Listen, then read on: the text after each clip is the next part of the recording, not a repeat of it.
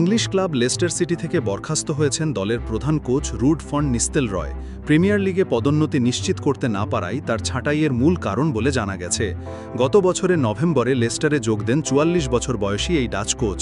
তিনি এর আগে ম্যানচেস্টার ইউনাইটেডের ভারপ্রাপ্ত কোচ হিসাবে অল্প সময়ের জন্য দায়িত্ব পালন করেছিলেন এবং নেদারল্যান্ডসের ক্লাব পিএসভি আইন্দহোভেনেও কোচিংয়ের অভিজ্ঞতা রয়েছে তার।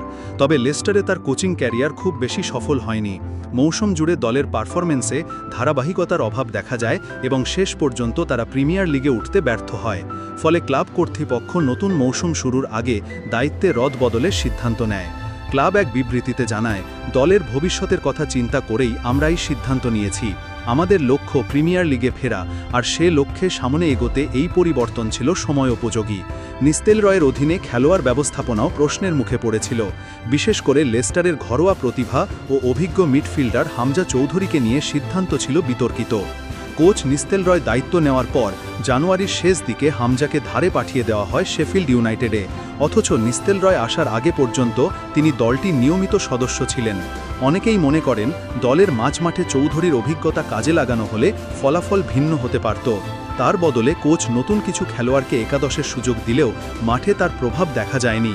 এর পাশাপাশি সাবস্টিটিউশন, ম্যাচ পরিকল্পনা ও ট্যাকটিক্স নিয়েও সমালোচনা ওঠে। সব মিলিয়ে নিস্তেলরয়ের কোচিং মেয়াদ লেস্টারে প্রত্যাশা পূরণ করতে পারেনি। এখন দেখা যাবে এই সাবেক ডাচ স্ট্রাইকার কোন ক্লাবে আবার কোচিংয়ে ফিরতে পারেন এবং কিভাবে নিজের কোচিং ক্যারিয়ারকে আবারও পুনর্গঠন করেন। অন্যদিকে লেস্টার সিটি নতুন কোচ নিয়োগের মাধ্যমে পরবর্তী মৌসুমের জন্য নিজেদের পরিকল্পনা সাজাচ্ছে, যার লক্ষ্য থাকবে প্রিমিয়ার লিগে প্রত্যাবর্তন নিশ্চিত করা।